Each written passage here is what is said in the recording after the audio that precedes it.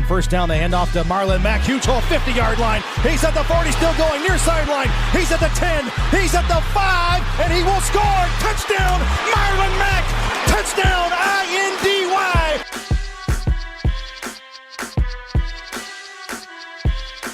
And again, it's picked off. It's Darius Leonard. Leonard with his second INT, and he's streaking down the near sideline. He's at the 40. He's at the 30. He's at the 20. He's gonna go. A pick six for the Maniac. Horseshoe is back, baby.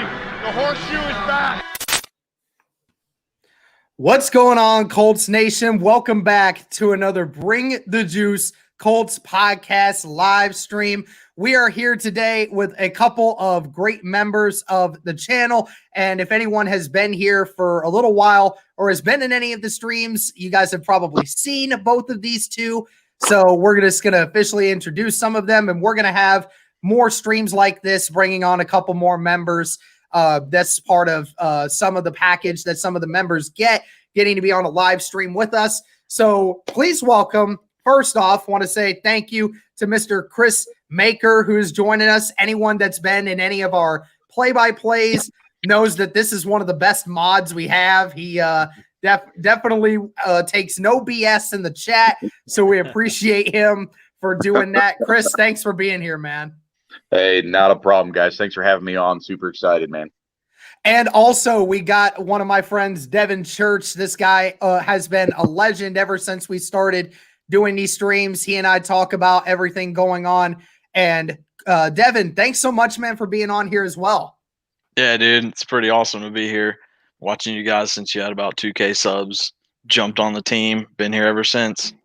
Appreciate that, man. Well, listen, guys, there's a lot to talk about today. There's a bunch of things going on with Colts news. But before we get into anything, guys, when it comes to this stuff, make sure we get Chris back here in a second. Yeah, I'm sure he'll rejoin. But anyway, also, guys, just want to make sure you like, comment, and subscribe. If you guys haven't already, be sure to try to become a member as well. If that interests you, just hit that join button and be sure to do that. And just to let everybody know, we will be doing a giveaway here very soon. I think I have it set for next week is when it ends. I think it ends on the 21st. So be sure everybody goes and takes care of that. A couple cool giveaways there. It's going to be a Nyheim Hines signed football card, and another winner will also win a Colts jersey of their choice.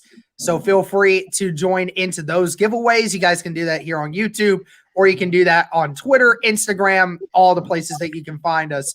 So look, guys, I unfortunately have to do this, okay? I have to do this because I do this to every new guest that comes onto the podcast. I'm not sure if you guys know where I'm going with this yet, but you're going to find out here in a second. So 2019, it's week 3 of the preseason. And the big news that shocked the NFL world, it shocked the sports world, and it certainly shocked us as Colts fans, the retirement of Andrew Luck. Now, I know I hate, bringing it back up. Everybody has to deal with it.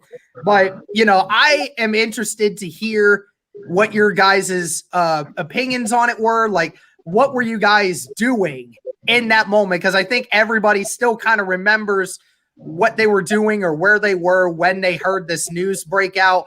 I always said I was just hopping out of a shower and my friend just is blowing up my phone saying this is going on. So Devon, I want to hear your thoughts first, man. Where were you? What was going through your head when you heard this? Yeah, I was sitting in my apartment. I was actually watching the preseason game, and I got a notification on my phone that said that he was going to retire, basically. And my first thoughts were like, there's no way this isn't going to happen because, looking at the reports before that, it looked like he was going to start week 1, maybe. I mean, it was an undisclosed injury, but, it crushed me, man. That was, I don't want to say superhero, but that was definitely somebody that holds a special place in my heart because he brought a whole new love to football for me. So, it was really, really tragic. And then I started getting texts from my friends that got the same notification and everything. And then I had to live with that for the next 4 or 5 months. So not a fun time. Yeah, I certainly bet it wasn't. Chris, man, what were you doing when you heard this? I was on my way to work, and I was working at a bar, and my phone goes off, and me and the bartender at the time we had a pretty vested interest in the Colts seasons. We always friendly wager stuff, nothing serious. But I had made a joke. I joke bet, and I was like, yeah, I said $10 as he retires. Like, I'm not being serious, but at the same time, I just threw out a random thing. And I walked in the bar. He has his $10 in his hand, and he looks at me and he goes, "Don't talk to me the rest of the night." Oh, man. It absolutely floored me. I read the text, the alert that he had retired, and I completely forgot about the bet, to be honest with you. And I'd read the text or the alert, and it blew me away. And I was like, "There's no way this is real. This can't be happening." And I get to the bar, the game is on, and that's all they're talking about. And of course, the Indy crowd has a particular passion for their players, and they let their passions be heard that day. And there were a lot of people that were completely betrayed and hurt, and I get it. I was stunned for days. It was pretty crazy. Yeah, absolutely. Your passion is passion is a word there that you can use. I don't know if that's the exact word I would use, but I mean, that is a good word to use. But anyway, so I hear what you guys are saying about that one. Let's try to shift to something a little more positive here. Let's talk about a favorite Colts memory. Let's talk about something here, because we all have them. We're all Indianapolis Colts fans. It could be attending a game, watching a game from your apartment, something crazy that happened. Devon, what's the best Colts memory that you have? I would probably say, I've only been to one game. I live in North Carolina, so finding a place to go and watch a game is pretty tough. But Tennessee 2018, we were playing the last game of the season. It was a win and in scenario with Tennessee and for the Colts. And just being able to see my favorite players in person, that was incredible by itself. I got to see Adam Vinatieri. That was so cool to be able to be, that close to him and everything. And then the Colts ended up pulling it out. I was having a great time before the Colts even took the lead. So definitely my favorite memory. Oh, that's awesome. Yeah, I remember that one. My brother and I were going nuts in the living room for that one. Chris, what's a favorite memory, Colts memory for you guys? The 2005 AFC champion, or the 2006 AFC championship game. Yeah. Just absolutely floored that we managed to make it to the Super Bowl. It was incredible. To witness that was awesome, and to get the monkey off the back, right? I mean, for Peyton Manning to go in and get the job done, and to send Tom Brady back home.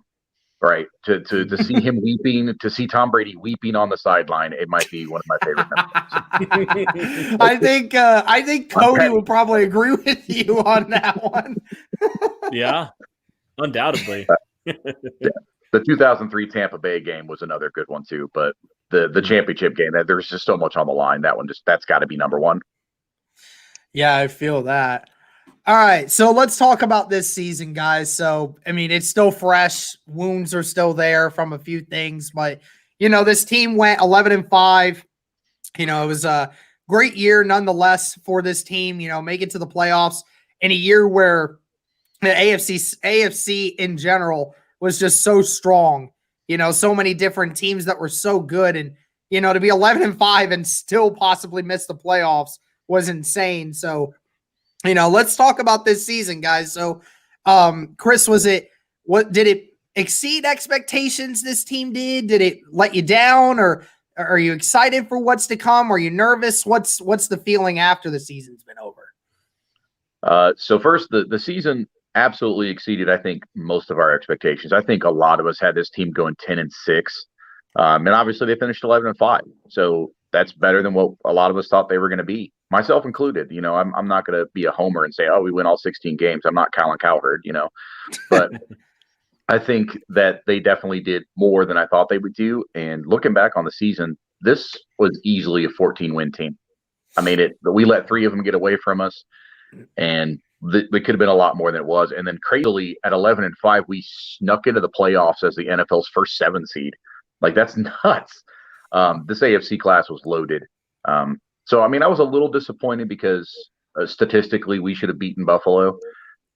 So that was kind of heartbreaking to have it end that way. But Buffalo, man, great team. And I mean, go win the Super Bowl. Go win the Super Bowl, Bills. Go do it. So that way we can say at least we lost to the Super Bowl. Yeah, right.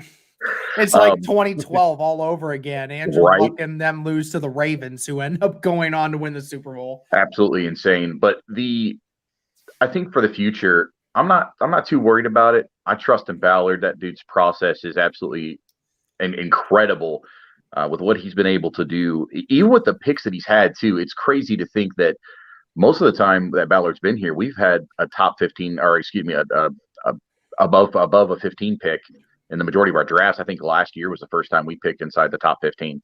So what he's been able to assemble with the picks that he's had and the way he's been able to maneuver through free agency in the draft, like, I'm not really worried about it. We'll find a left tackle. We'll find our depth pieces. So I'm kind of excited. I'm actually looking forward to seeing what happens with the amount of people that are available in free agency this year. It's going to be cool. Absolutely. Real quick, Anthony Zubia with the $3 super sticker. Anthony, thank you very much. Thank you for the fist bumps, man. Appreciate you, man. Also, we got one of our members in here, Kirch101. Kirch, I haven't seen you in freaking forever. What's up, man? How you doing?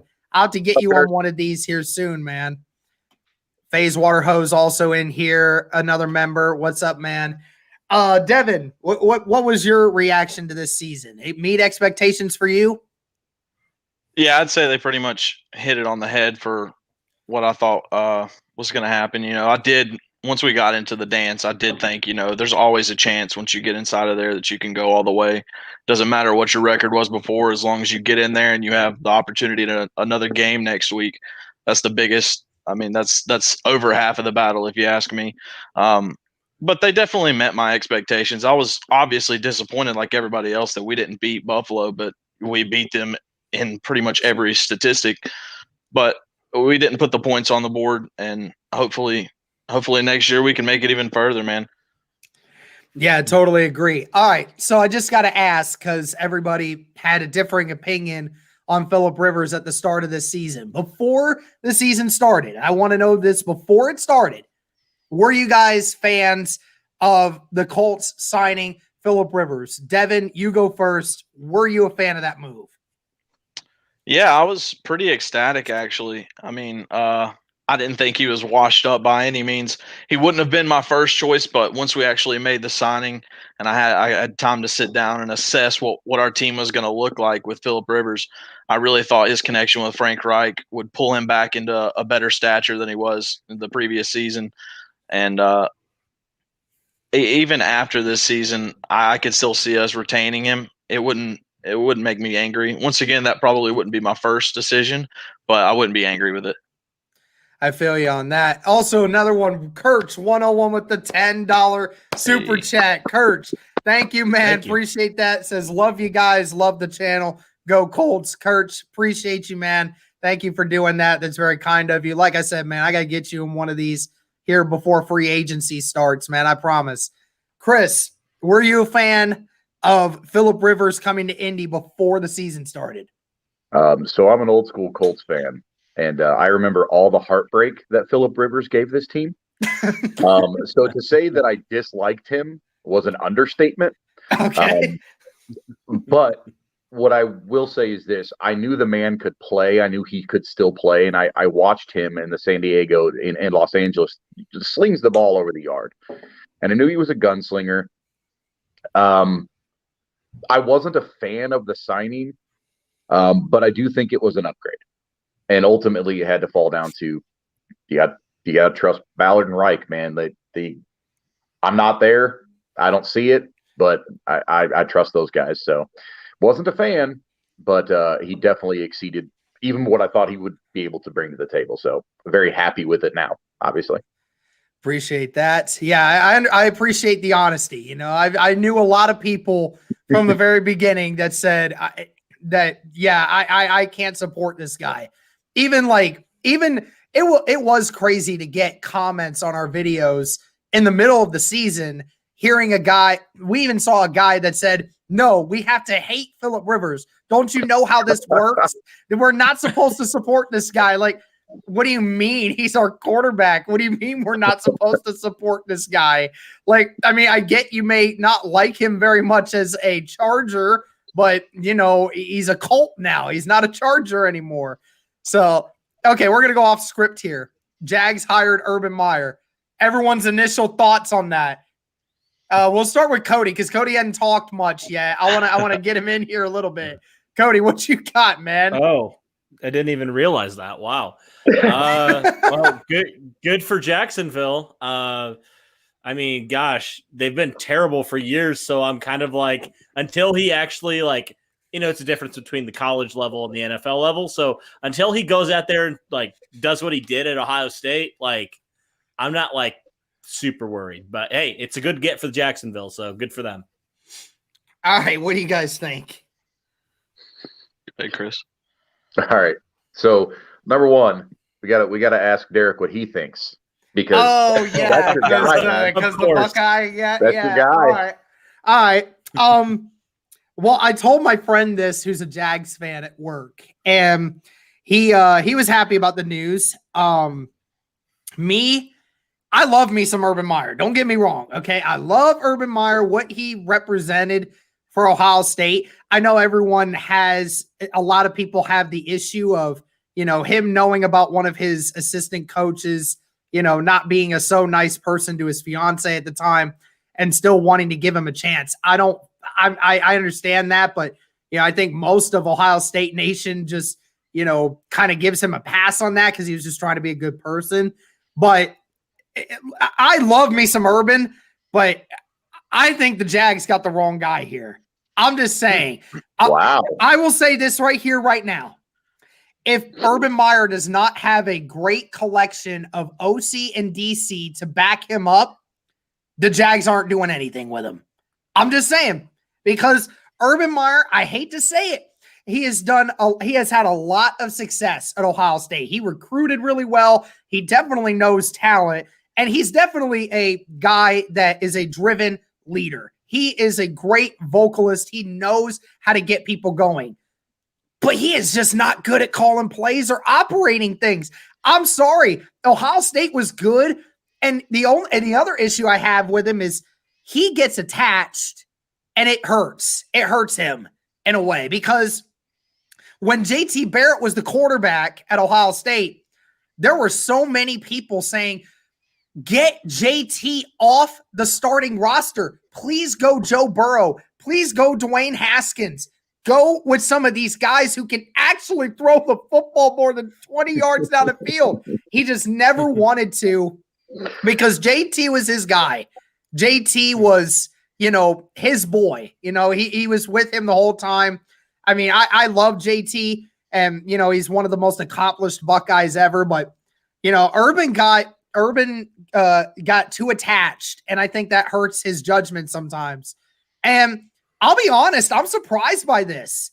I am surprised that Urban even came back to coaching because the last time he was a coach, I don't know if you guys know this, but he had to quit coaching because he had a brain cyst that burst, and it's something he had to deal with at Florida for a while. And then once this like Zach Smith news came out, it started getting worse on his mental health.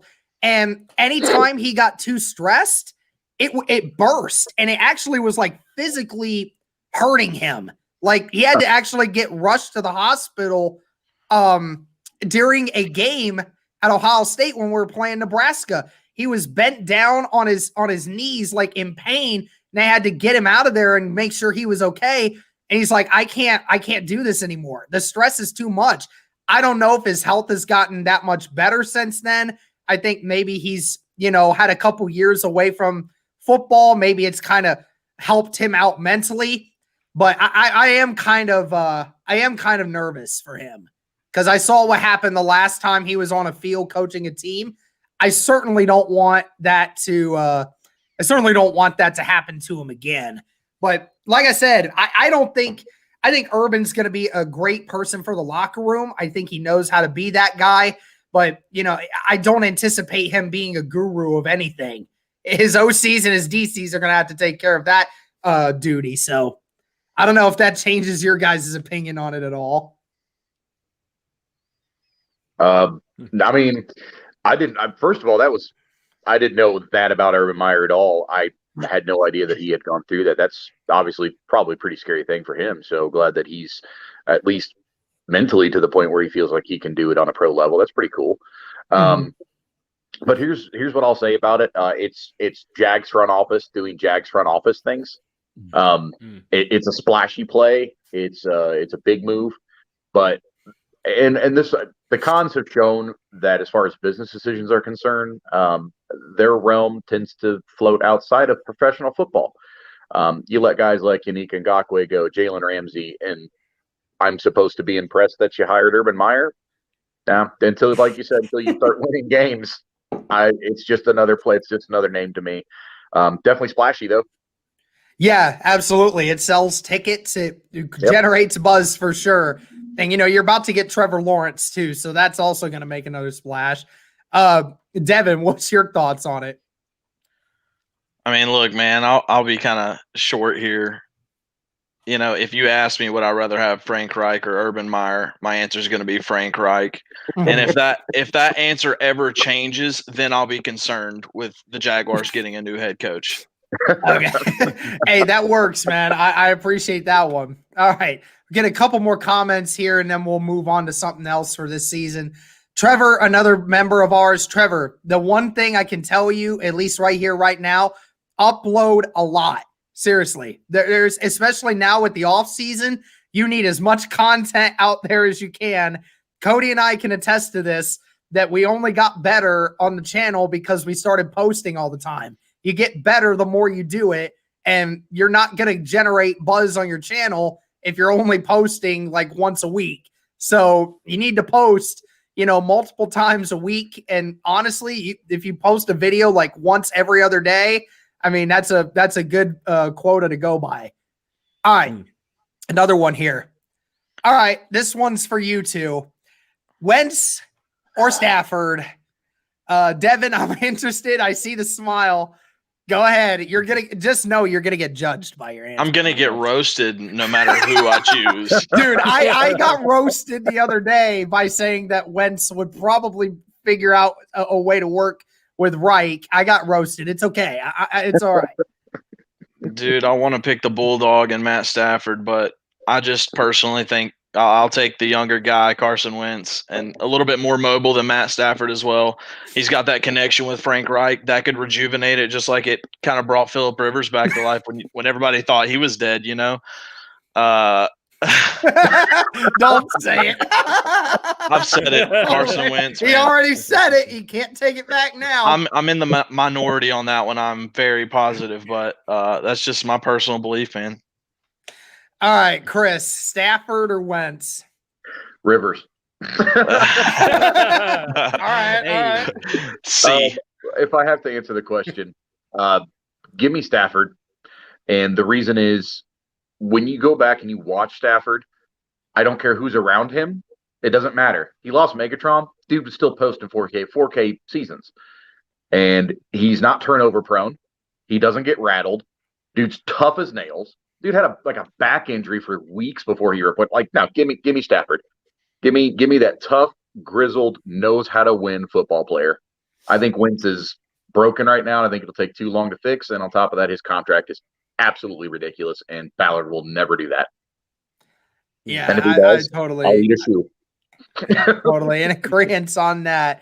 All right, so let's talk a little bit here. We'll get back into some of these comments in a minute here, guys, but we'll talk real quick here about this team this season. Let's talk about some of the rookies. We had a bunch of rookies this year that have really stood out. Jonathan Taylor finished the league with, being third in the NFL in rushing yards. We've seen what he looked like in those final 6 games of the year. Looked like, outside of Derrick Henry, he was the best running back in the NFL, no question. Michael Pittman, at the end of the season, starting from that Green Bay game, he really started picking it up. Well, I can't even say Green Bay. It was Tennessee the week prior. Had a couple really good games this season when he was healthy. And then, Julian Blackmon came in there and, he had 4 game-winning plays this year. And, he kind of tapped off as the year went on, but I think he's got a bright future with this team at free safety. So who impressed you guys the most? Devon, who impressed you the most and why? That's a pretty fine line. As far as impressed me the most, the easy answer is Jonathan Taylor for me. But we expected him to come in and do big things. We didn't expect him to take the role as fast as he did when Marlon Mack went down. But as far as my expectations for Jonathan Taylor, I figured he would have at least, 2 or 3 big runs throughout the year, show us that burst that he had in college. But the one I was most impressed with was definitely Julian Blackmon, coming off an injury. The way he flies to the ball, man, the way he makes open field tackles. I think he blew Derrick Henry up on our Thursday night game in the backfield. It was an incredible play. So as far as impressed, yeah, Julian Blackmon, he really impressed me this year. Chris? I got to go with Blackmon. What he said about Taylor is absolutely correct. I didn't have a lot of expectations for him because I honestly thought he'd be second or even the third back in the backfield, learn from obviously Hines and even Wilkins in a sense, and Mack. So when he came on, it was surprising in that manner, but he didn't really shock me so much just because of the role he was put into. Like I kind of expected that with our O-line, but Blackmon for sure. That dude coming off the ACL, I think it was an ACL injury, and to get back on the field as quick as he did and to make the plays that he made as a rookie, especially as a safety, you can't ask for more than that. That dude was all over the place, every single play. I mean, he kind of reminded me of Leonard with him just always being around the football in his rookie year. So it was just Blackmon for sure. Yeah. All right. Yeah, I think I'll probably agree with you on that as well. Cody, I'll let you ask something here in a second, but I do have one more question I want to ask these guys before we get into some more comments. Favorite moment from this year? Just think of this year and what was something that really clicked for you guys that said this team is going to be fun to watch. Chris, what was that moment for you? Oh, honestly, the play was not successful, but I want to say it was the 3rd week of the season. It might have even been the 4th week. And to be honest with you, I don't even remember the opponent, but Rivers launched like a 60-yard bomb to T.Y. Hilton streaking down the right side, and he came back in on a post. And it was just overthrown, just underthrown. I don't remember what it was, but I looked at that and I said, man, if that ball had just been a little bit closer, T.Y. would have just caught a 60-yard bomb from Rivers. And that was just something that I knew right then that we had the right guy, because Rivers isn't afraid to take that shot. Whereas, Jacoby, for all of his wonderful, wonderful talents and his leadership, that's not something we saw last year. So to see Phillip uncork that bomb, I knew right then, I was like, this is going to be an exciting year, because that was something we missed last year, is those explosive plays. And I was like, we're going to get them this year. It's going to be great. Devon? For me, I mean, the first two that ring a bell in my head, I didn't really know what kind of team we had mid-season. People are saying that these aren't very good tests for us when we're beating like the Vikings and the Jets and so on. But the Packers game, that really let me know, like, yeah, we can hang in there with some of these really good teams that already know what they are. Devontae Adams lighting it up, Aaron Rodgers, MVP candidate. But the Raiders game also kind of stands out to me too, because we were just so dominant in that. It really just the whole game, but that second half, closing them out. Kenny Moore's interception was just incredible, man. That's going to forever be a piece of my Colts knowledge, that I was there watching that, and it was pretty cool. Absolutely. Cody, you got anything, or you want to go into some comments here?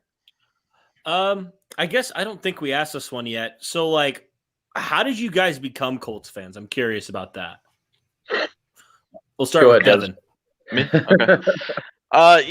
Just when I was growing up, like 2004, 2005, I really liked the color blue, man. And I was choosing a football team, man. My brother liked the Patriots.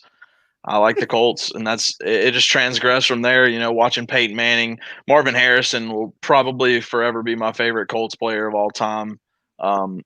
and watching them win a Super Bowl too. I can remember Devon Hester running it back on his first play of the game. Not a good memory there, but the final outcome was a wonderful memory for me. And it's just been Colts all day, every day since then. I do remember that memory. That was great. It's ironic. Devon, likes blue. His brother picks the Patriots as the favorite team, and he goes with the Colts. That's the complete opposite there. The rough life, man. Rough life. Hey, there you go. Chris, what about you, man? Devon, I can't believe that you still call him your brother. That's insane, man. Brother, half brother. There you go. That's better. All right, so I'm gonna date myself here as the elder statesman in the room. I think. So I was a Colts fan back in the Jeff George days. So early '90s is when my Colts fandom was solidified. But it's kind of funny that you mentioned that Bears game, that Super Bowl, because I was always a Bears fan too. Mike Singletary, William the Refrigerator Perry. I loved the Bears, and so I can be both. Bears are NFC, Colts are AFC. So I'm watching their games all throughout the years. But what solidified my number one fandom, because like I said, I was always a Bears fan. So what solidified the Colts as number one was that Devon Hester run back. And I was at B-Dubs, and I may or may not have let loose of the beer that was in my hand when that happened. And it was at that moment I realized I was a Colts fan. Dude, I love Devon Hester. Anyone that brings up the argument that Cordell Patterson is the greatest return man we've ever seen, y'all need to be checked into a mental hospital. Y'all must be too young to remember just how dominant Devon Hester was. He had punters literally peeing their pants. Like, do not kick to this man. For the love of hell, please do not. Oh my gosh. What do you guys think of Mac Jones to the Colts? I knew these questions were coming out sooner or later. Look, I like Mac Jones. I think he's a solid player. I just need to see more. I need to see more. I've seen him progress from his junior year to his senior year. He's progressed very nicely. But then again, the talent that's been around him has also been amazing. And it's gotten much better too. I think I don't know if he's going to the Senior Bowl or not, but if he's going to the Senior Bowl and he's got, these pro days and these combines and stuff, I think that's when we'll start to see just if he's as accurate as we're used to seeing. If we see him as accurate as that, then we can see Mac Jones being, what we think he can. Let's see here. Okay. Oh, man. That's fair. This guy's been watching too much Pat McAfee. Hey, what's wrong with Pat McAfee, man? First off, he didn't even spell his name right. Second off, you got to nothing's wrong with Pat McAfee, okay? I thought it was Pat McCaffrey for a second. Yeah, Pat McCaffrey. Or it's like a McCafe drink from McDonald's. Yeah. Hey, McDonald's, if we want to sponsor, dude, we can put a little M right up here. We can do that. I don't mind that. I don't know. I'm loving it. Oh man.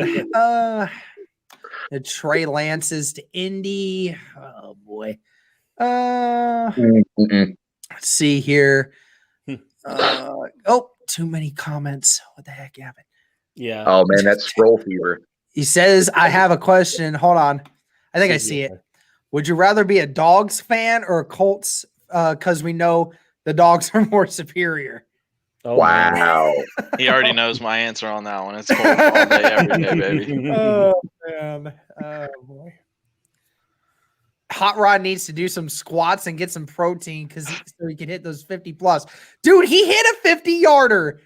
He hit a 50-yarder. See, I hate that argument because he literally, it's kind of silly. Like we were talking about before, like everyone's like, oh, this dude has a monster leg, and now people are saying he needs a stronger leg. I don't understand it. It's weird.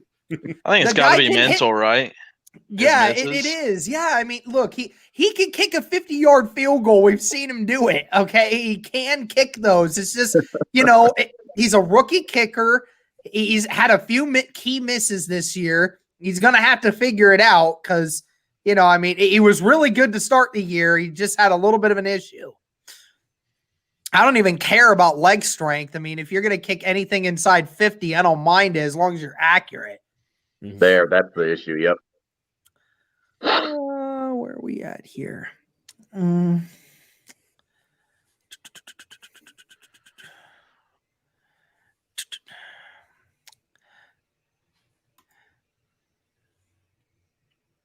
Okay. Well, I didn't mute you. I didn't mute you, Alan. I didn't mute you at all, I don't think. Well, you weren't on last Sunday. We were on Saturday. Yeah, you're hey, there you go. That's and see, he knows. He knows. Okay. This guy knows. He remembers everything. I find that interesting to come on here and say I don't listen to you guys. Well, if you don't, then why are you on here? Interesting. Right. I don't know. We were all emotional last Saturday. Give us a break. 3/4 of these guys' names have last names that are just words. Wait. Okay, larger, maker, and church. Yeah, that is so freaking true. That is hilarious. Way to go, Cody. Sorry. Just look at Cody. Yeah. Sorry, dude. That stream was the funniest thing ever because JDW took a bunch of those screenshots of Cody and I just doing stupid faces, and he posted those. I was like, dude, why? Just, oh my gosh, it was so great. All right. All right. I got to try to think of something here. So, Marlon Mack, we've talked about him a lot, and Ballard was talking about him in his presser today, saying, how much it hurt him to see Marlon Mack go down like that and, do stuff and have to deal with that. Because, Marlon Mack was supposed to be the mentor for Jonathan Taylor this year. Didn't get to do that. And he's saying, I'd love to bring him back, but he says that I don't know if we'll be able to get him the contract that he deserves. What's your guys' opinion? Should we bring Marlon Mack back? Should we? Yes. Yes, we should. Will we be able to? I honestly actually think that falls more on Mack than it does us. I think Ballard and company would be willing to work with him. But Ballard's not going to break the bank, especially when he's got Taylor and Hines in that backfield, and you've seen the success they've had this year. He's not going to get him a contract that's worth, $10, $11 million. He's not going to get him a Le'Veon Bell contract. It's just not going to happen. So I think if Mack wants to stay, and part of me thinks that he does, I think we actually will see Mack in a Colts uniform next year because I think he wants to go out and prove that he can do it. So probably a short year deal. I think that's possible. Devon? I love Marlon Mack, man. Of course, I think he should come back. I just love the way that he runs. He's brought the whole run the damn ball thing from the Colts. That's Marlon Mack running the ball. Yep. I absolutely think Marlon Mack should come back. I don't think that's even a question, but it is once again whether or not we're going to be able to agree financially. I think he wants to play here. I think our coaches want him back, but it's just got to meet in the middle. I like him on a 1-year deal, see what he can bring to your team with Jonathan Taylor and Marlon Mack for a full season together. And then you throw in Nyheim Hines as well. I don't know where Jordan Wilkins falls in there, but as far as Marlon Mack, I'd like to see him back. Chris, if it makes you feel younger, I'm talking about 1970s. Look, I remember the Johnny U days, bud. I wasn't alive then, but I've seen film. Oh, man. Ballard likes Eason. Well, of course he does. He wouldn't have drafted him if he didn't like him. But the thing is, they were talking about how Eason's not going to be the answer this year. It's going to be either Rivers or it's going to be a quarterback that we draft or get in free agency because, we still need to see more from Eason's development before we see what he can bring later on. Do you guys agree with that? Do you think Ballard's taking this the right way, or do you think that it's time to just let him go, give him the rock and see what he does with it? Well, I think the Colts right now, they're in a win now stage. That's why we brought Phillip Rivers in. And I don't know if they want to put that in jeopardy by throwing Jacob Eason out there without seeing him in a preseason game, seeing him in a a garbage time game where the Colts are up or anything like that. He hasn't had actual game experience, you know. And when you're in that win now mode, you want to put yourself in the best position to win now. And I just don't think they think Jacob Eason is that right now. However, I would love to see the kid play. I really hope we do have a preseason so I can see him sling the ball, man. I know he's a really good thrower. I know he's a lot more mobile than Phillip Rivers is, even if he's not, you know, blistering fast. But at least he can escape the pocket and make some things happen with his feet. Yep. Yeah. A two-legged rhino is more mobile than Phillip Rivers. Just as a side. Agreed. So Phillip Rivers, we don't have anything against you, man. Don't take what Chris says as what Cody and I feel, okay? He said it, not me. Dang. All right. The opinions of our guests don't necessarily reflect those of the Bring the Juice. Yeah, folks. right. I'm gonna have to get a mute button just so that way I can have it over here. Just nope, you can't say that. Nope. So as far as Eason is concerned, yeah, I want to see him play, like Devon said, for sure. But obviously Ballard saw something that he liked, and watching him play at Washington, dude's got an arm. Dude's got a cannon for sure. And actually almost reminds me of a younger Phillip Rivers with, you know, having to work on the accuracy, knows when to dump off, knows when to get out of the pocket and make a play. But yeah, without more information on that, you got to either go with Rivers or a free agent quarterback if Rivers doesn't want to come back, because I don't think Eason will do it. But to Devon's point, we are in a win now mode. But something that's kind of cool is the average age for the Colts right now is 25.7 years, right? Which isn't too old. We have one of the younger units in this league. And if you take Rivers, Hilton, and even Justin Houston out of the equation, we're like number 2. We are surrounded with young talent. So yeah, we're win now.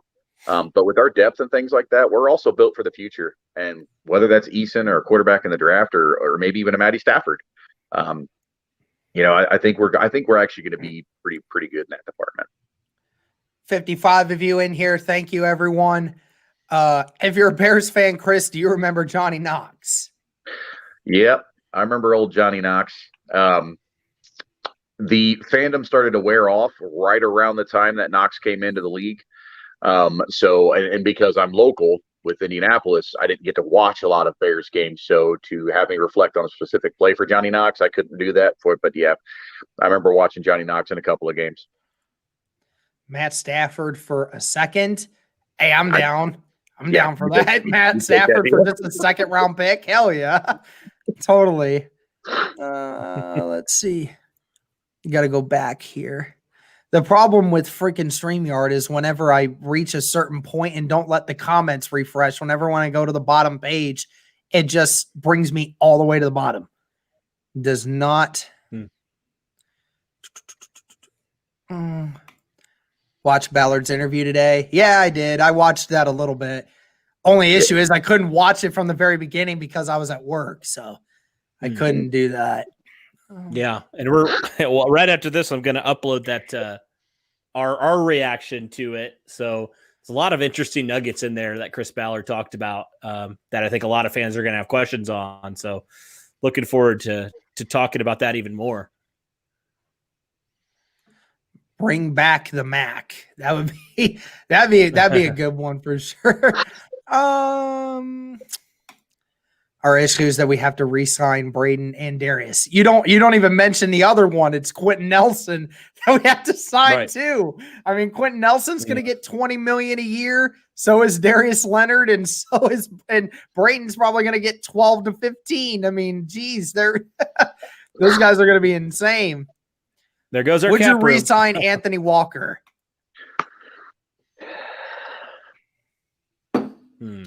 Open mic. My answer is yes.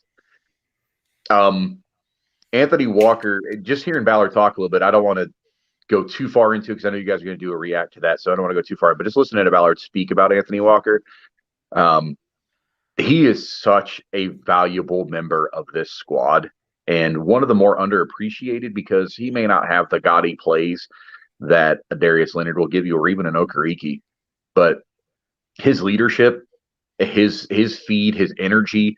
I mean, I honestly think Darius Leonard is the player that he is because of Anthony Walker Jr. By no question in my mind. Yeah, I mean, Darius Leonard did say that. So, I mean, he says, I get to play the way I do because Anthony Walker puts me in the best position to make tackles. So, I mean, I totally get it. Devin, what about you? I think you have to. I mean, you know what you have in Anthony Walker. He's very sure to tackle in the open field. I mean, his coverage could use a little bit, but that's all in practice. And him beside Darius Leonard, they just make a super good combo. And to Chris's point, he is just such a good locker room guy to have in there, and instill faith in his teammates and pick them up when they're feeling down, that kind of thing. I think you have to, but that's what's tough about this offseason is that we have so many free agents that we want to retain. So you're going to have to cut somebody that you like at a certain point and let them walk. I don't think that'll be Anthony Walker, but at some point you will have to cut somebody off the chain. Yeah, that's absolutely right. But you know how Ballard is, he always says that I like to sign the guys that I bring in. So, Anthony Walker could be one of those guys. H-Town, what's up, dude? How you doing, man? This guy's one of my favorite Texans guys. He's always in here. Yeah, so H-Town, how do you feel about Deshaun? Hold on. The city wants him here. He's our guy. We all want Jack Easterbay out. Yeah, I mean, I feel bad for Deshaun because now he's in sketchy territory. He's in sketchy territory now because reports have already come out saying how frustrated he is with the management of the Texans, and now he's got a former Texans legend now at his side, telling him he needs to stand his ground and he needs to start, being more assertive towards this group because all they do is ruin careers. So now you got him put in a really weird position. Like if he doesn't leave, if he does stay, well, the non-Texans fans will say he's a wuss, and then he ruins his career in Houston. And if he does leave, then the Houston fan base hates him. But everyone will say, well, he should leave because that's just how bad they are. So it's really weird.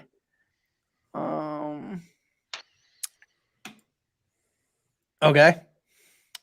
No, that's not happening. Deshaun Watson coming to Indy. It's just not gonna happen. If only.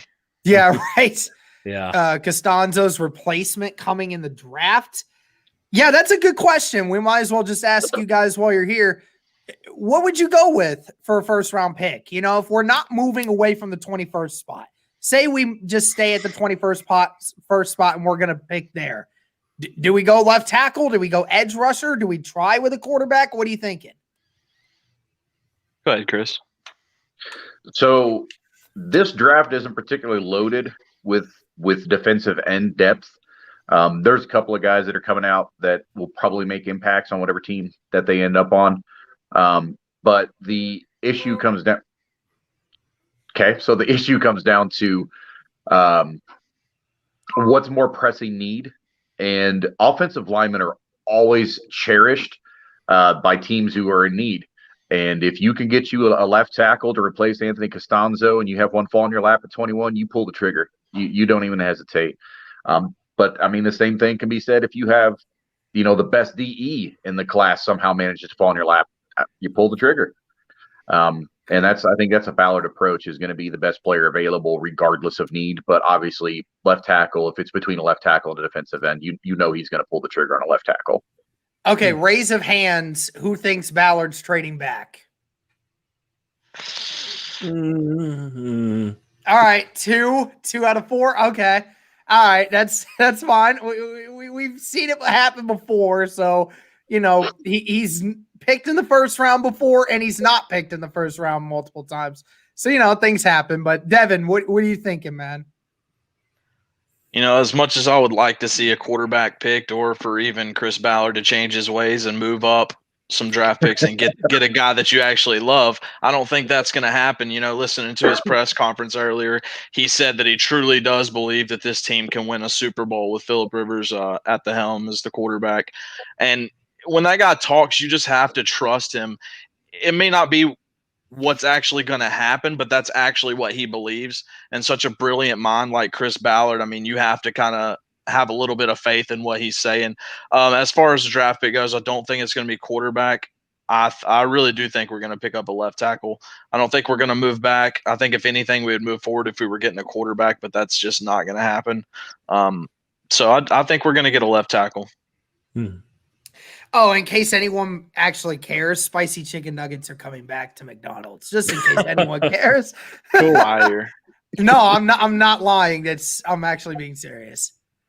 So, yeah, spicy chicken nuggets are coming back to McDonald's. So if anybody's interested in that, I'll let you guys go ahead with this. I mean, do I have to talk about it? Because if I do, I feel like I'm going to get triggered. So I'll let you go with it. Okay, hold on. Okay. So this is a perfect opportunity to explain to you guys out there. Stats lie. Okay.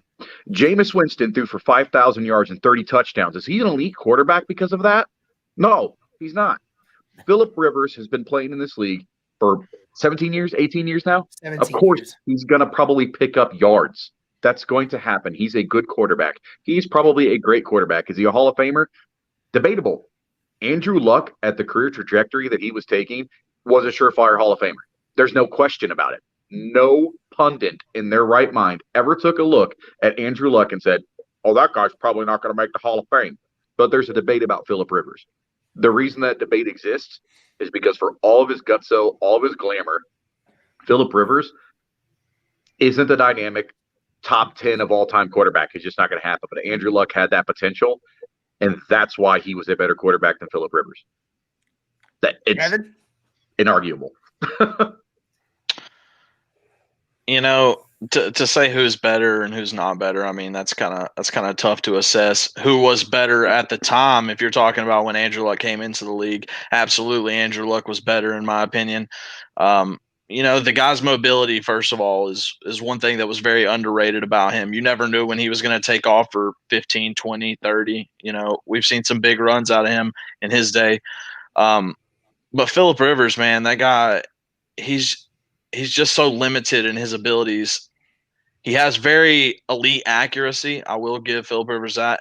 We could actually debate that in some of the games this year. But from an overall standpoint, he had a great completion percentage this year. But Andrew Luck, 11-5 his first 3 years coming into the league with just a terrible team under Ryan Grigson and Chuck Pagano. You know, that was just – it was incredible what he was able to do with nothing at his disposal. Yeah, you said it there at the very end, Devon. It was dominance at the time, at their peak. There's no question that Andrew Luck was the better quarterback, more dominant quarterback at his peak than Phillip Rivers. And you're right. You have to just simply look at the roster that he had to deal with. You're telling me that Andrew Luck, if he ever had a guy like Antonio Gates, if he ever had a running back like LaDainian Tomlinson to carry the football, had a guy like Keenan Allen to throw the football to, are you and the kinds of defenses that Phillip Rivers had at the very end of his career when you saw Joey Bosa, Melvin Ingram, and and all these other boys coming in and being this top 10 defense? You're telling me Andrew Luck could not have done more with that kind of roster? He did nothing. He did far more than Phillip Rivers with absolutely nothing. I mean, good Lord, it's not even close. Not Absolutely. even close. Oh, wait. Oh, here we go. No. I don't know why everybody's so obsessed with wanting to trade Rock Ya-Sin. I don't like, first off, Ballard's not going to do it. He just drafted him 2 seasons ago. And second off, you guys need to stop dealing with the fact that you think that Rock Ya-Sin's never going to be a great corner. We don't know yet. Cody and I were just talking about this on the video that we're about to upload here soon, that he's a second-year player. Y'all need to give this man a little bit of time to figure it out, man. Give him a little bit more. Give him a little bit more space than he actually gives receivers. Because I'm telling you, that dude is blanket coverage all day long. He gets burnt, but he is blanket coverage. He's going to be a good corner. Mm-hmm. freaking get rid of Muhammad, or just seeing like everybody just doing that and that and that. Would you re-sign Ty? I think we're all in agreement here, or maybe not. I don't know. I'm in agreement to keep Ty around. Anyone not? That's a no-brainer for me personally. Yeah. Andre Johnson really about to bail us out. Oh, man. George Odom killed it on special teams this year. Yeah, that was another thing that, never really gets talked about. But, Cody mentioned it quite often. And George Odom wasn't he first team All-Pro when it came to the special teams unit? So, it's really cool. I mean, people say, "Oh, well, it was special teams." That doesn't matter. It's still really good regardless. Oh yeah, Chuck Pagano retirement. You guys want to shed some light on that one? I have a special love for Chuck Pagano. Dude is a defensive-minded coach, and I honestly think he catches more crap than is probably justifiably deserved, because we can honestly look above Pagano and look at what Grigson was doing. And much like Luck, Pagano was working with crumbs, and he still managed to put the best team that he could on the field, and it translated to some success. So if you either want to credit that all for Luck, or, you know what I mean? If you're going to blame Grigson for all the issues, then you're going to have to credit Pagano for being able to will that team to the victories that some of them just didn't deserve. And I honestly think that had a lot to do with coaching. So I like Pagano, and it sucks to see him go. But I think with health and stuff like that, that's probably just time for him. He's probably exhausted and just wants to be done with it. I don't blame him. What do you think, Devon?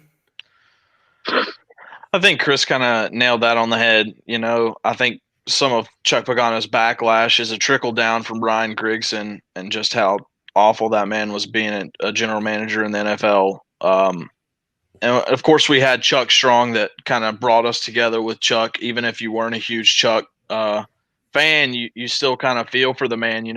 He's got a family at home and he's got a life at the end of the day. And when anybody's fighting for that life, you want to show them your support and whatnot. So you can't really hate on him too much. This question again, Jesus. Can we just stop with the take a look to see if Frank Reich really should be our head coach? Listen, I'm going to just say this now, and I'll say it as politely as possible. I will. It does not matter what you fans think about Frank Reich. If you listen to the press conference today by Ballard called him a special man, called him a great coach. He is not going anywhere. So like it, love it, hate it, doesn't matter. Make your minds up to it, because he's staying. So y'all can just live with it. To which I applaud. Oh yeah, I need a soundboard for that. I will be right back, gentlemen. Give me just a second. All right. Where we got here? Man, there's a lot of interesting comments. People are going a little wild here. Oh well, I mean, like you said, freaking dude in here trying to say that Andrew Luck was trash. Yeah, you must be a Texans fan. Oh, he's a Texans fan? I'm pretty sure he's a Texans fan. That's hilarious because only people I ever know that attack Andrew Luck the way that some people do are Seahawks fans. Because when we tried to say that Andrew Luck was better than Russell Wilson, people just get offended by that. Oh man! And this guy's trying to say that Luck quit on the Colts. All right, let's do this. All right, we're gonna do this. No. You said we're not acknowledging that, guys. Well, we already did, so we're here. No. You stay off that, Cody. We're not acknowledging. We're not acknowledging the trolls. I'll do it. No. It's okay. You can do that in the comments if you want to later on, but. Nomadic, please. No, Rock will actually do it because he knows how to do it because he was a wrestler in college or in high school. Please don't. I loved that play. I know it was illegal. I know it was stupid, but I loved that play. It was hilarious. I'm sorry. I never laughed so hard after a tackle. Yeah, I mean, I love those. I mean, I know, yeah, there's no place in the game for it anymore, but he's a wrestler, man. What more can you say? That's what he's used to doing. He does that crap probably to so many people so often. Oh, his job man. is to get people on the ground. He got him on the ground. He did his job. Yeah, right. Wish Chuck all the best. Yeah, absolutely. Regardless of what your opinions are about him as a coach, you can any normal-minded person will sit here and tell you that what that man meant for the locker room of the Colts at that time when he first came in and what he's been for the NFL, he's meant a lot for a lot of people. He's been an inspiration for a lot of people. So, we definitely enjoy the fact that he's going out on his own terms. And hopefully he enjoys himself a little bit. And don't forget, Pagano gave us Bruce Arians. And without Pagano, Arians probably never would have got a shot the way that he did. And right now, Bruce Arians, down there in Tampa Bay, back in the playoffs. So, I mean, and I love Bruce Arians. I'm not excited about Tampa, but, we'll let our chat roast this Texans fan. All right. Let's just let them do it. Let's just let them do it. Rhodes earned an extension. He played well for Indy. Yeah, I absolutely agree. And it was weird to not really hear Ballard give any indication that he was specifically wanting to bring Rhodes back. I don't know if that was just me, but I mean, I don't know. Devon, I don't know if I'm mistaken at all by Ballard's words, but you would think he'd want to bring him back, right? Yeah, you would really hope so. I mean, Xavier Rhodes is one of our more sure cornerbacks this whole year, man. I mean, you kind of knew what you had with him. Marvell Tell opting out at the beginning of the season really hurt, and that kind of gave Xavier Rhodes the chance to shine. And I can't wait. I really do hope we do sign Rhodes to another deal, at least another 1-year deal, and see him play with Marvell Tell if Tell comes back. That would be so stacked, man. What do we got here? I thought I had a comment here. Oh, here we go. Thoughts on Frank Reich's play calling? I feel it's a double-edged sword. I mean, Cody and I have expressed our thoughts on his play calling. Chris, I want to hear your thoughts because you've been in my streams long enough. You've seen me comment on his play calling plenty. What's your opinion on it? So Frank Reich calling plays is not a bad thing. But here's what I'll say about it. I think that Nick, Frank, and even Flus do a great job of putting our players in the best position to succeed. Is it perfect every play? No, it's not. But I dare you to find me a head coach that can do that because you're going to be looking forever. They don't exist. Every head coach will make mistakes, and the good ones will admit it, and Frank always does. Now, with that being said, I think there are some times when we as fans will look at a play call and think, what is going on? But ultimately, we have to decide, was that actually Frank Reich? Did Rivers check out of the play? Did the player not execute? Like, I'll just use a quick example, and then I'll let Devon answer. The third down play call against Buffalo, right? When we run I think it was a jet sweep left or jet sweep right, whichever one it was, at whatever direction. And it was blown up immediately. But if you go back and you watch that play, if Doolin doesn't whiff that block, Taylor's gone. Taylor is gone. He's got a touchdown. That was a great play call. Doolin whiffed a block. So is that Frank's fault because Doolin whiffed a block? No, but it looks like a bad play. So, it is a double-edged sword. For sure, you're going to live by those fourth down calls. You're going to die by them too. So, yeah, I kind of agree with the double-edged sword thing, but at the same time, I think his victories speak for themselves more than the failures do, and I think that's what we should focus on. Stop looking at the negative so much and realize that the other 1,000 plays that he's called were awesome. Devon? Yeah, I think you hit that pretty well. towards the beginning of the season, I thought Frank's play calling was a little bit questionable, but the more you sit down and watch and analyze what actually happened in the game, like it probably was a good call, but the execution just wasn't there. I think that's especially true in the Buffalo game. People think we left points there on the field, and we could have, but at the end of the day, there's no guarantee that we would have made a field goal if we kick it when we had a turnover on downs. There's no guarantees when you're playing football, and Frank likes to go off of analytics when he's play calling, and I trust him. Right now, I have no other reason but to trust him. I think we've just got to get better at execution, especially in the red zone. I don't think it's a play calling issue. I think it's just execution. Agree. Rivers did great against Buffalo. That game, the Colts just beat the Colts. It's what it has been all freaking year, man. It's what it's been all year long, just the Colts beating themselves. It's the ultimate issue. What do we got here? Ballard needs to sign more big-time guys. With what money? With what money these next 2 years? We ain't going to have no money to sign any big-name guys. We just did that with Buckner just this last offseason. Rhodes, Buckner, Rivers, TJ Carey. What more big-time? I mean, we don't – yeah. Speaking of TJ Carey, I don't know. I don't know whether or not we keep him or not. There's been no word about him, and he was brought on a 1-year deal as well with Rhodes. I don't know.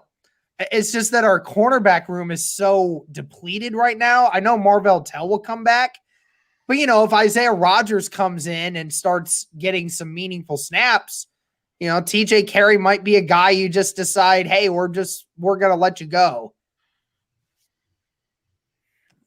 I think TJ Carey will end up being a casualty from the draft because I think Ballard's going to find some more cornerback depth. So I think Carey's probably one that's going to go, which sucks because I thought he stepped in and played really well. So we'll see. See, I don't know why. Like, why? You even say here, Maybe. Mark Lewinsky is great though. Like, if he's great though, like, why would he replace him? Like, Maybe in a few years when his contract's up, I'm assuming. Yeah, that's what I he's think doing. maybe, yeah, but like, I just wouldn't. I don't know. I guess I didn't understand the comment.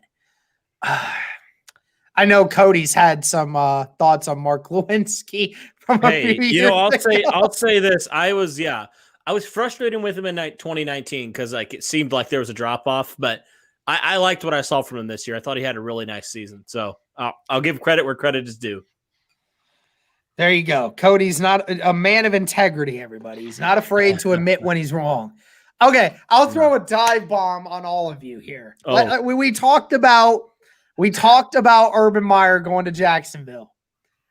I do not believe this will happen because the owner's already stated that he wants to maintain roster control for the team.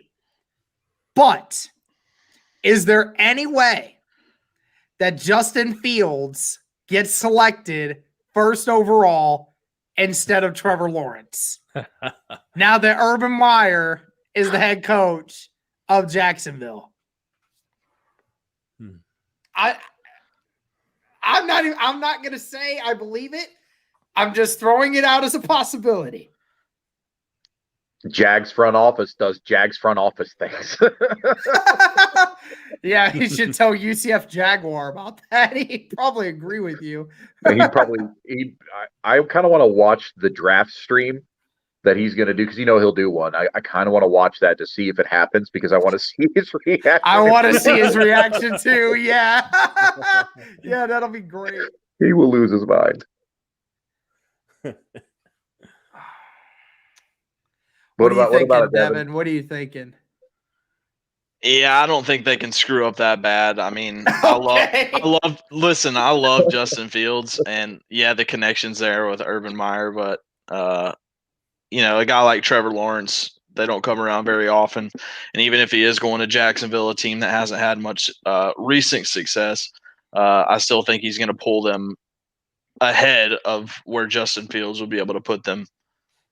Look, here's the. I'm I'd like only to see going to Fields say in a this. Colts uniform. I'm only going to say this. Justin Fields outplayed Trevor Lawrence on when they went up against each other with busted ribs. Very was true. throwing dimes to wide receivers. Okay, I just say it. I'm going to get a lot of crap in the comments. Just not. Mac I Jones know, but, also had 5 touchdowns, though. Like, you know. yeah, but I expected that against Ohio State's defense. Ohio State's defense was trash this year. We almost let Indiana come back from being down 4 touchdowns. And they were so bad. Sean Wade was trash, bro. I'm sorry. I love me some Buckeyes, but my God, I have to call it how I see it. They were the 122nd worst defense in all of college football. There are only 127 Division I football teams. We're one of the worst passing defenses in all of college football, man. We're terrible. Now, I'll say this. When you lose 3 of your top 5 best guys in the secondary all in 1 year, that's difficult to replace. Okay, Jeff Okudah was the best cornerback in college football by a long shot. Jordan Fuller, he's 3rd in the NFL and he's 3rd in Rookie of the Year votes currently. So, I mean, he's doing really well. And then, you know, you had a couple other guys. I don't remember who was the other one that we lost. But, you know, Sean Wade was the only guy that really returned and had any significant playing time. And he moved from the slot corner position to the outside corner, and he could not guard anybody. He was terrible. It's bad, dude. Tell us how you really feel about it, Derek. Hey, I tell it how it is all the time, man. All the time. We Buckeye fans, we call our team out, man, when they don't do well. I didn't realize your defense was that bad. I mean, I knew they were suspect. I didn't realize. Well, I mean, the defense. Here's the thing, though. It reminds me a lot of the Indianapolis Colts defense. They did really good at stopping the run all season long. Teams could not run the football on Ohio State. Indiana had 21 rushing yards in that game. Okay, but they threw for 491. Like, come on, dude. Like, the Bucks do a really great job of stopping the run. They had a lot of great defensive linemen, and even after losing 2 of them to the draft, you know, you lost Chase Young, best defensive end prospect that we've seen in a long, long time, and you lost somebody else. I can't remember what his name was, but he was a 345 pounder in the middle that can move people like crazy. You had, you also lost another defensive tackle in Robert Landers. We lost so many guys on defense this last year. It's just, our defense was trash because we lost over half our defense this year. So, you know, that's how it is when it comes to college football, man. You know, it's, the Bucks are doing a great job of recruiting, but yeah, this year they were just bad. Ugh. Malik Hooker gone. I think we're all in agreement there that that's probably going to happen. We haven't talked about him since week 2. I'm sorry. Yeah, I love that. sure. I hate that too because Malik Hooker's my guy. He's from Ohio State too, you know, but he just doesn't fit the system that we're trying to build here. It's unfortunate. Doesn't mean he's a bad player. He just doesn't fit the system. I had such high expectations from Malik Hooker too, man. But after seeing Julian Blackmon this year, you know, I don't really feel like it's that big of a lop off from Malik Hooker or a lop off at all. Once you get Julian Blackmon, you know, a full preseason training camp, all the goods, you know, and put him out there as your starting safety, I think he could perform just as well as Malik Hooker or better. Yeah. Agreed. Eberflus stays or leaves. He's staying. I mean, if he doesn't take a head coaching job, he's here, man. Yeah. I like that he turned down the interview with Houston. That showed me everything that I needed to know about Flus on top of his scheming. He is a loyal guy, and he is a Ballard guy, and I think I agree with you, Devon. I think he's gonna stay, but I think if the right opportunity comes, he might go. Yeah, the right opportunity. You're right. Yeah. Doesn't want to really go up against the Titans and the and Indianapolis 2 times a year each.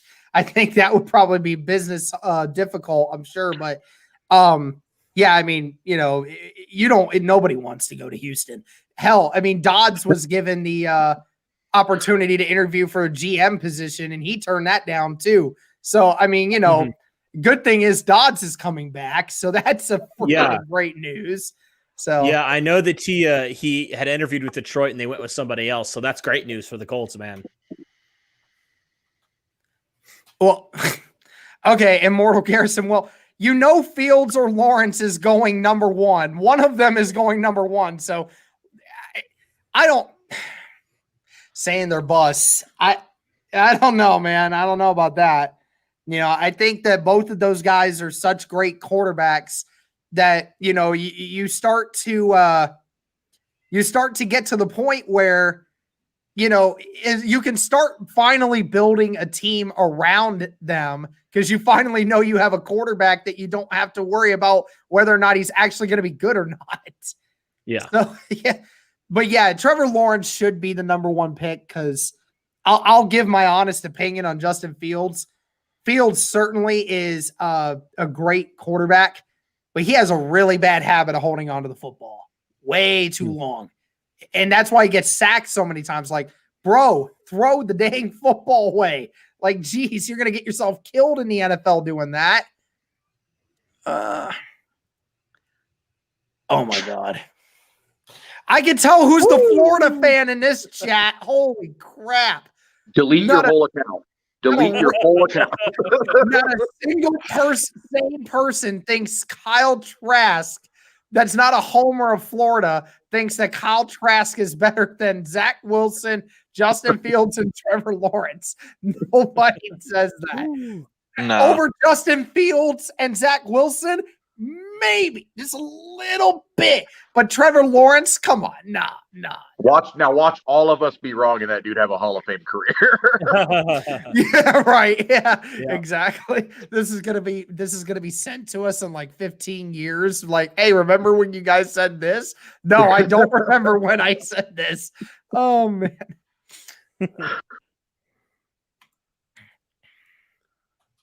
It's a shame that this panel hated on Rivers most of the season. Rivers kept the Colts in the game against the Bills. I didn't hate against him the whole season. I said he wasn't doing good at the start of the season, but I always thought Rivers was doing pretty decent. Huh. I mean, you guys have listened to us. Did we? I don't think we ever did that, did we? Like, even when he was doing trashy, I said give him a little bit more time to figure it out. Huh.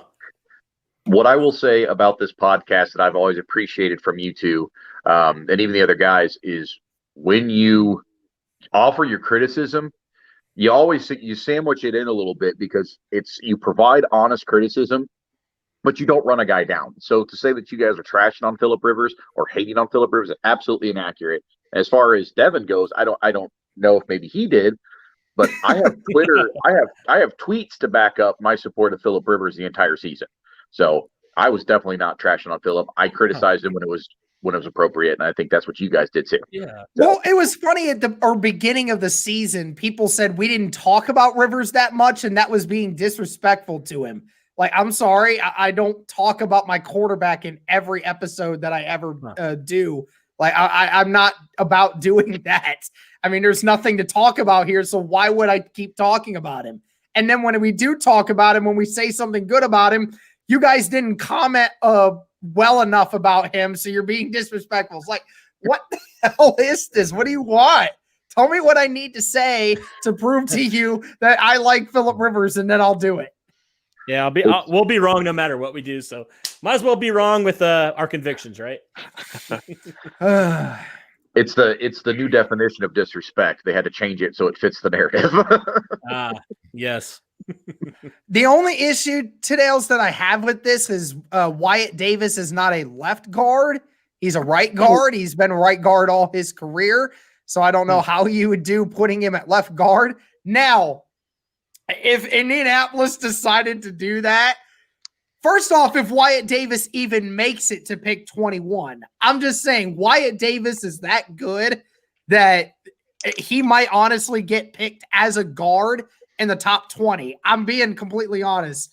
Wyatt Davis in 485 passing snaps this year.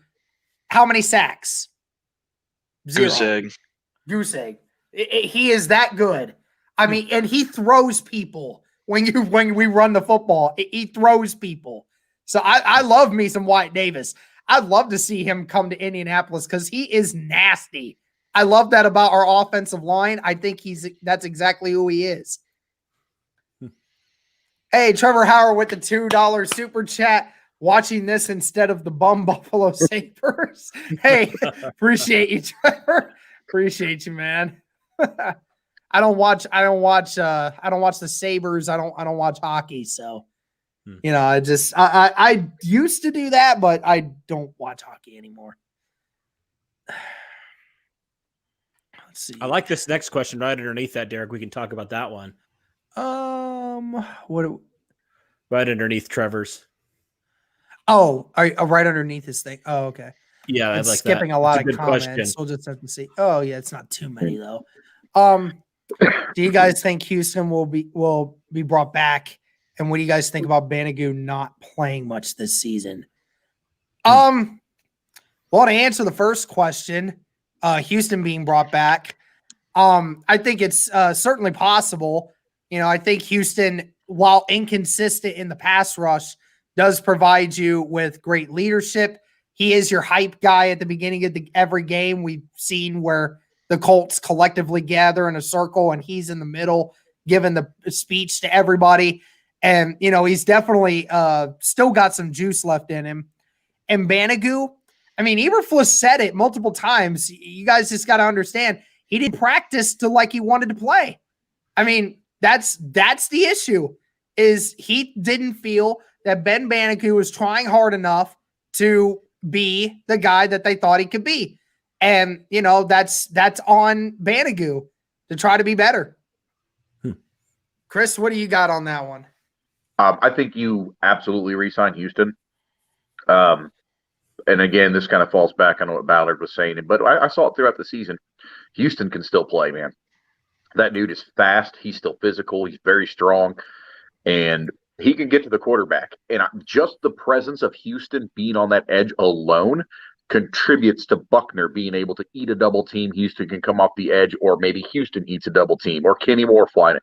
You got to keep those guys together, at least in the long. And as far as Banagoo is concerned, it's really disheartening to hear that he wasn't putting on the show and being the type of player that we thought he was going to be coming out of college. And so that's kind of disheartening to hear. But hopefully this offseason he gets himself right, and maybe we'll see the guy that we thought we would get when we drafted him. You got a fan in here, Chris. Matthew. Oh, man. Appreciate it, bub. Thank you. What'd you think, Devon? You know, I think Chris and Frank say it all the time. You know, they're big character guys, and the character that Justin Houston has versus Banagoo is just unmatched.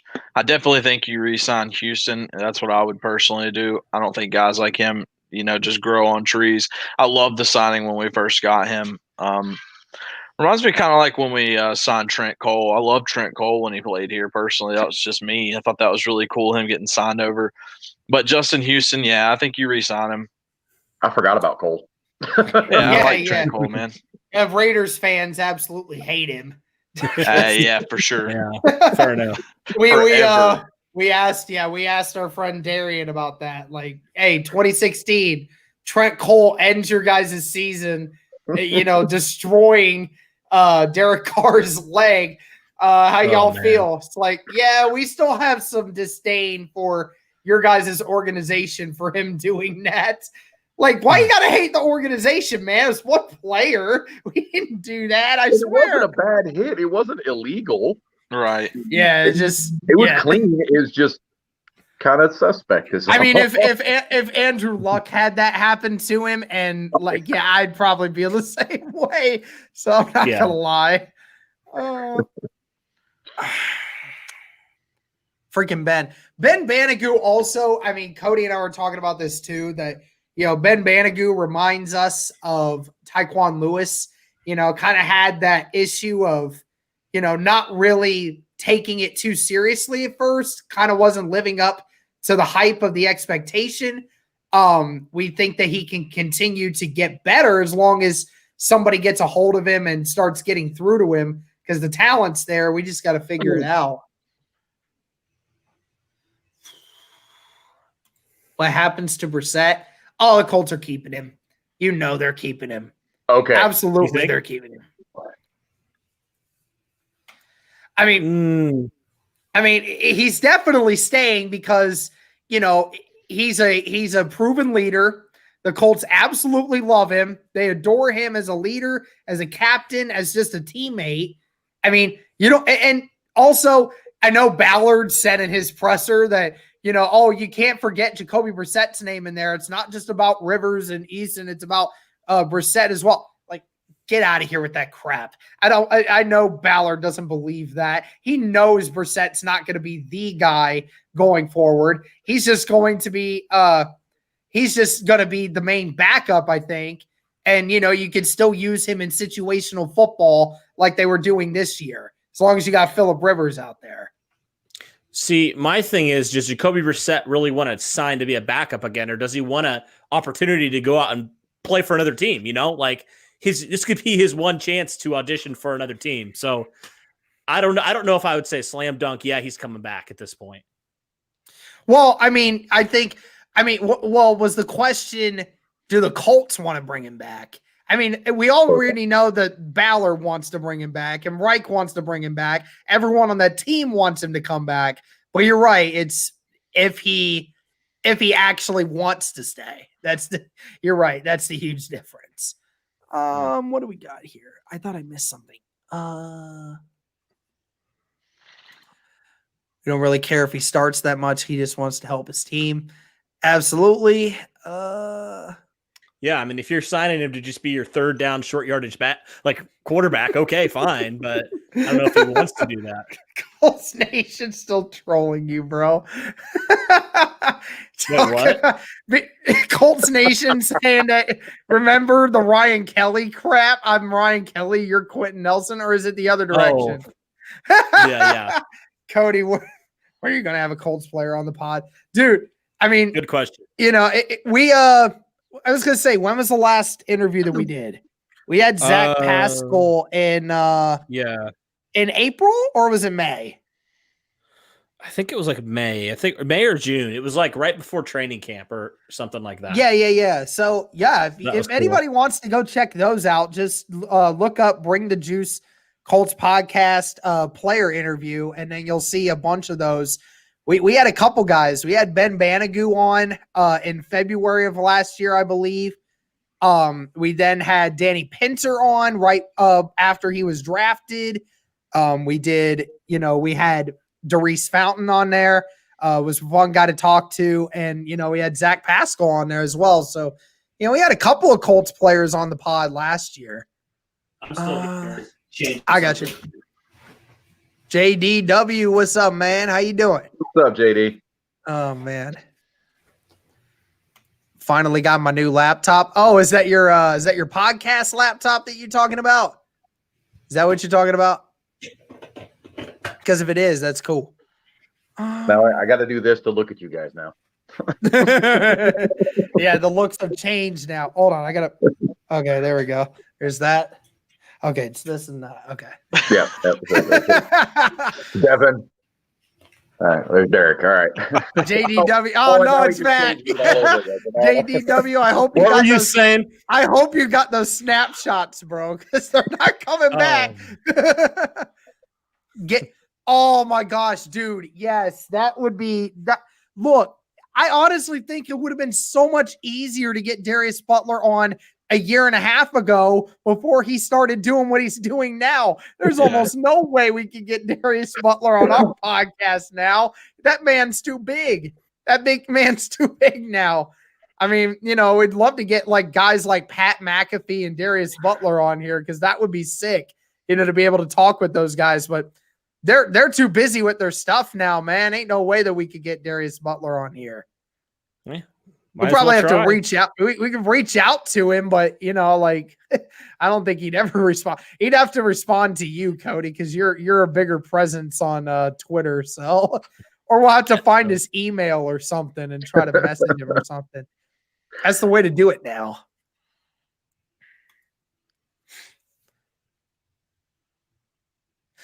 Okay. I loved that when this pandemic first started, they said that Phillip Rivers isn't even legally allowed to be in his own home. Oh, man. Wow. StreamYard all set up. Hey, there you go. McAfee would be awesome. Hell yeah, dude. All right, we'll probably go on for like another 10 minutes or so. We'll let these guys get going. It's been a good solid hour and a half here. Let's see here. Pat would come on. I don't know about that. I think actually Pat would probably come on before Darius would, honestly. That would be incredible. That he knows what it's like to be the little guy, so he might. Yeah, you're right. I think it would be awesome to try to do that. I mean, yeah, I think it would be insane to be able to get on his podcast. That would be insane. Right. Just to be able to talk to Pat McAfee. I think it would be a lot of fun because I think Pat McAfee and I would be great friends. Honestly, our energies match in a lot of different ways. Dude, I saw you got a Jeff Saturday cameo. Yeah, we did. That was pretty funny. When I saw that was pretty funny. Yeah, that was pretty cool. That was cool. Have your people call his people? Oh yeah. What our people? Yeah. Okay. Our people, okay. Yeah. Us. Yeah. Okay. So, okay. Cool. Go.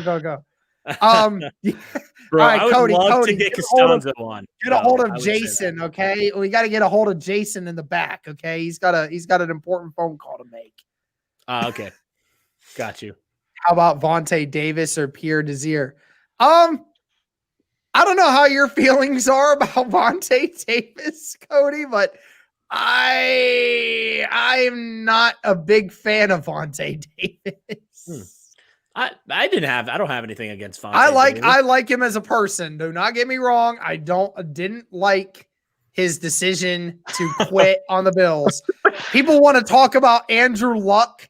If people want to talk about Andrew Luck quitting, oh yeah, that was definitely quitting. At halftime. Look. I was talking to myself about this the other day. That's why I'm going to go into it, okay? I had no problem with Vontae Davis saying at halftime, look, I can't do it anymore. I'm done. I'm not having fun. I've been in this league now how many years? Like 9-10 years. I'm not having fun anymore. I don't want to be a part of this team. I just can't do it. I'm just tired out. Okay, great. That's fine. You can do that if you want. Go back out on the field. Support your teammates. At the minimum you could do is at least tell one of the coaches, hey man, I have to leave. I can't be here right now. At least at the minimum, people would have known where you went to. But like you just up and left. You dropped your crap off in the locker and just went away. Like what kind of crap is that? Yeah, that's definitely a massive character flaw. Yeah, it's like, dude, I could never. You don't give up on your teammates like that. It doesn't matter if you're getting smacked or you're winning the game, man. You go out there and finish, or you tell a coach like, look, I can't do this anymore, but I'll ride the sideline until the end of the game. I wouldn't just quit at halftime. For real.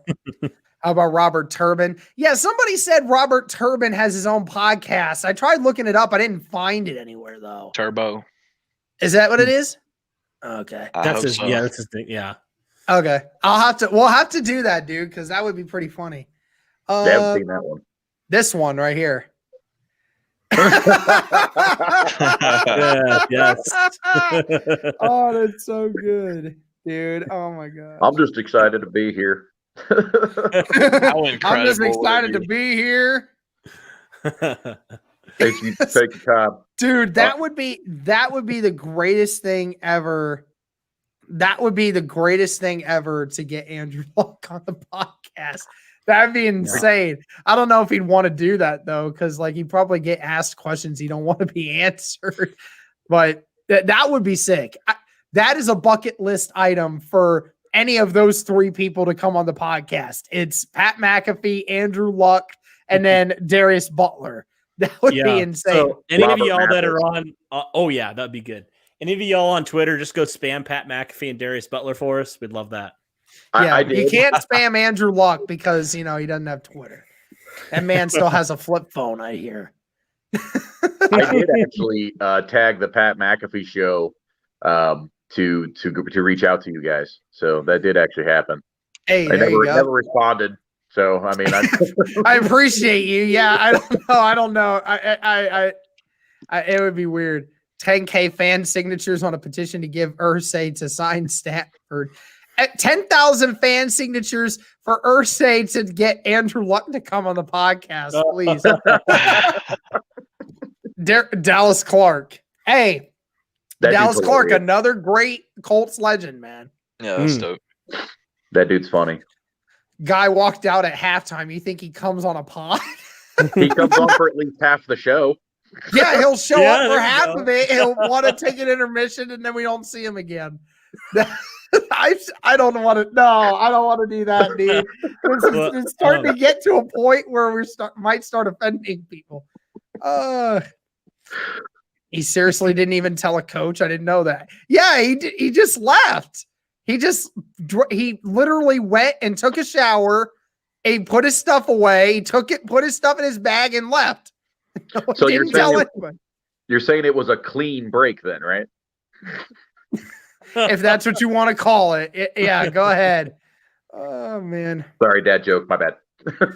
You can get a Peyton Manning, just lure him with an offer of chicken parm sandwich. What I need to do is I need to tell him how Nationwide can fix his home mortgage, and then that'll make it work. He'll come running right to me. If we're talking dad jokes, I got dad jokes for days. I'm not a dad, but I have dad jokes for days. Oh, man. Do we never hear from Andrew anymore?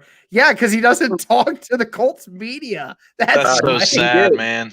He That's did so actually sad. release a statement on Anthony Costanzo's retirement. Yeah, they asked him about it. Even Stephen Holder asked him. I'm sure Andrew had, plenty of good experiences with Costanzo. So, yeah, that doesn't surprise me at all.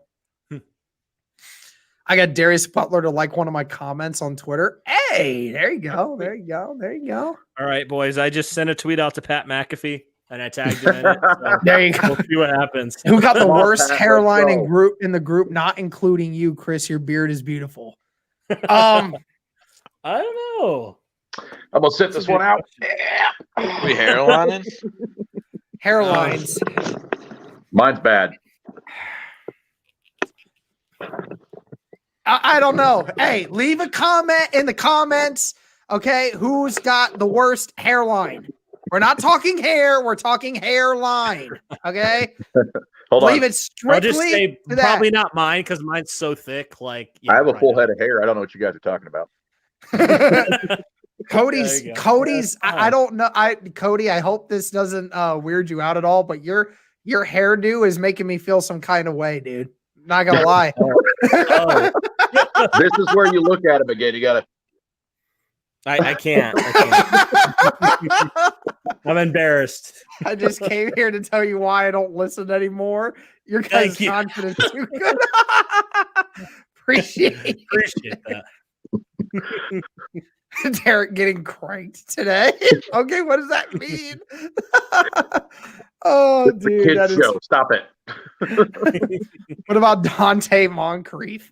Oh my gosh, Oh. He's still Cody playing, hates doesn't Dante Moncrief. I don't hate Nationwide Dante needs to get a Moncrief. big I just- forehead policy. Yeah. Wow. That's where they write the policy on is his forehead. It's big enough where that paper is right there. I love that they got the statue outside of Lucas Oil Stadium correct, by the way, because he does have a 5 head. It's awesome. Join That's Andrew's book club, pretending to read a book, then spring the invitation on him. I'm about to do that. Y'all Yes. think I'm joking. Oh no, dude, I am. Swear to God. Oh man. Once upon a time, there was a podcast that Andrew Luck should come on. Yes. Agreed. He joined the podcast so jolly and frolly. Frank Gore and Brandon Stokely on the podcast. Cool. Oh, That'd be Stokely, that's awesome. an interesting- Ooh. Frank So Gore's still Devon's- playing though. Gosh dang Yeah, it. Frank Gore's still playing though. He wouldn't have time. Yeah. He's like 50, but he's still Tony playing. Dungy. Oh, dude. I'd love to just pick Tony Dungy's brain. I love Tony Dungy. I love Tony Dungy. Yeah. I think he's under contract, so I'm not sure that he's actually allowed to appear on any of their media. Yeah, right. We- I mean, yeah, that's true. Yeah, that'd be probably sucks, one of but the few it's- people that we can't. Yeah. Yeah. Disney, We'll just have Disney Ryan- owns his soul for a while. We'll have Devin Ryan for sure. Grigson on, man. We'll just have Ryan Bro, Grigson on. Have a They're roast not session. being kind in the chat. No, they're not. Derek I'm drinking my hair in a again. No, ponytail, guys. you Quit look hating like. so much. Do you Devin, know you don't who have a Tim? man bun, Do you do know you? who Tim the Tap Man is? Oh my gosh, yeah. You literally look like Tim the Tap Man. I swear to God. I've got it before, man. Oh, you have? Yeah, more than once. Dude, you need to send a picture on Twitter, tag Tim the Tap Man in it, and I swear to you, he'll respond, and you look exactly like him. I swear to God. Maybe That'd I'll be get the on his funny- stream, man. There you go. Exactly. What about Robert Mathis? Oh my gosh, that's another great one. I think Robert Mathis could be a legitimate one that we could get here in the next year or two. Honestly, I think Robert Mathis would probably do it if we get the chance to talk to him. Devin's hair is being pushed back farther than Trump's impeachment. Oh. Man. That's rough, bro. That's a good one. Devin. There's nothing Oh Derek or my Cody. God. It's just all you, bro. It's cool, man. Sorry. I'll shield you guys. All right, I'm putting the hat back on since I don't have Yeah. anything more to prove. Well, I already won, or did I lose? I don't know which way that goes there. I think I I'm gonna won. have You're the whole Kogan ring. not the winner, bro. I think Cody and I won that one. Nation, what is on your? Oh my. Oh my Our God! Peyton's the goat. Yes, he is. Yep. Him and goats are just alike. They both have ginormous foreheads. I'm And just crazy eyes. Crazy eyes. I love you, Peyton. I'm not trying to roast you, man. I just it's funny. Okay. We love you roasts here. back. That's the best part. He will roast you back, and it's awesome. Oh yeah. You ever seen the comedy specials he goes on? He gets interviewed like what was it? Was it I don't even remember who it was that he was hired to come on and like roast people. He's like he gets up there, he goes, I gotta be honest, when I got here, I didn't even know who half you guys were. I came up and then I'm just thinking to myself, did I just get traded to the Jacksonville Jaguars? Like, oh my God. I think it was the roast of Donald Trump. No, that wasn't Donald. It was he's an actor. He's an actor. He was a Franco? No, it wasn't Franco. No. Oh shoot, who was that? I Was know it what you're talking Alex about. I forget something? that. Alex something, wasn't it? No, I don't remember who he roasted. Now I'm getting mad. I want to I need to figure out now who Peyton roasted because now it's gonna bother me. I know it was one of the newer ones. It wasn't one of the original ones. It was one of the newer ones. Which there hasn't been a new one, but you understand my point. Yeah. I loved that. I loved the one where he roasted Kevin Durant at the ESPYs. Oh yeah. Anytime he's ever had a war of words with Tom Brady has always made me laugh too. Yeah. For sure. And to clarify something for Colts fans, It's I don't Rob hate freaking Tom Lowe. Brady. That's who it Rob was. Lowe. Rob Lowe is who I was thinking of. Jesus. That's who I was. Go ahead, Chris. Oh no, I was going to say I don't hate Tom Brady. I really don't. I think he's arguably one of the greatest.